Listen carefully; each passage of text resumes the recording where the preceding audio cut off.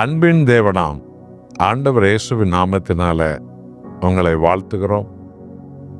தேவ சமூகத்தை தேட தேட பரிசுத்த ஆவியின் பிரசன்னம் உங்களை நிரப்பிக்கொள்ளும். யோவான் 3ஆம் அதிகாரம் 16வது வசனம். தேவாதி தேவன் கர்த்தாதி கர்த்தர் தன்னையே தனது ரட்சிப்பின் மகன், மீட்பின் மகன், அன்பின் மகன், நித்திய ஜீவனை கொடுக்கும் ஒரே பேரான குமாரன் கிறிஸ்து வழியாக கடவுள் பிதா உலகத்துக்கு தன்னை வெளிப்படுத்தினார். யோவான் 3:16. தேவன் தம்முடைய ஒரே பேரான குமாரனை விசுவாசிக்கிறவன் எவனோ அவன் கெட்டு போகாமல் நித்திய ஜீவனை அடையும்படிக்கு அவரை தந்தருளி இவ்வளவாய் உலகத்தில் அன்பு கூர்ந்தார். அன்பின் கடவுள். உலகில் எத்தனையோ மதங்கள், ஆனால் ஒரே ஒரு தெய்வம், அன்பின் தெய்வமாய் கிறிஸ்து இயேசு மனித குலம் முழுவதற்கும் வெளிப்பட்டார். நம்மேல் வைத்த அன்பு, மனித குலம் பாவத்தை அவர் ஏற்றுக்கொண்டார். நம்மேல் வைத்த அன்பு நம்முடைய சாபத்தை ஏற்றுக்கொண்டார். நம்மேல் வைத்த அன்பு நம்முடைய துக்கங்களை, வியாதிகளை ஏற்றுக்கொண்டார். நம்மேல் வைத்த அன்பு பாவத்தின் சம்பளமான சாவை, பாவமறியாத இயேசு சிலுவையில் ஏற்றுக்கொண்டார். ஆகவே இயேசுவை விசுவாசிக்கிறவன் எவனோ, எந்த மதமோ, எந்த இனமோ, எந்த குலமோ, எந்த கோத்திரமோ, எப்பேற்பட்ட பாவியோ, யாரோ அவரை விசுவாசிக்கிறவன் கெட்டு போகாமல், நித்தியத்திற்கும் கெட்டு போகாமல், அவன் விசுவாசம் கெட்டு போகாமல், அவன் தலைமுறை கெட்டு போகாமல், அவன் வாழ்க்கை கெட்டு போகாமல், அவன் ஆத்துமா கெட்டு போகாமல் நித்திய ஜீவனை, பரலோகத்தை அடையும்படி கிறிஸ்துவே உலகத்துக்கு தேவன் தந்து எவ்வளவாய் உலகத்தை அன்பு கூர்ந்தார். இயேசுவே, என்னை எவ்வளவு நீங்க அன்பு செஞ்சீங்க ஆண்டவரே என்று கேட்ட பதில் என்ன தெரியுமா? சிலுவை தான். என் உயிரையே கொடுத்து உன்னை நான் மீட்கும் அளவுக்கு உன்னை அன்பு செய்தேன் மகனே, மகளே. இதான் அன்பின் தெய்வம் மனித குலத்துக்கு செய்த மகத்தான நித்திய அன்பு.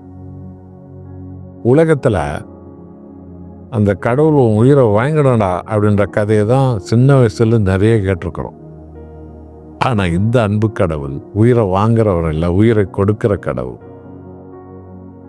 தன் உயிரையே நம் மேல் வைத்த அன்பின் நிமித்தம் மனித குலத்துக்கு கொடுத்தார். இந்த கடவுளைத்தான் மனுஷன் அறிஞ்சுக்கணும். கிறிஸ்துவின் அன்பு மனித வாழ்வை விடுவித்தது.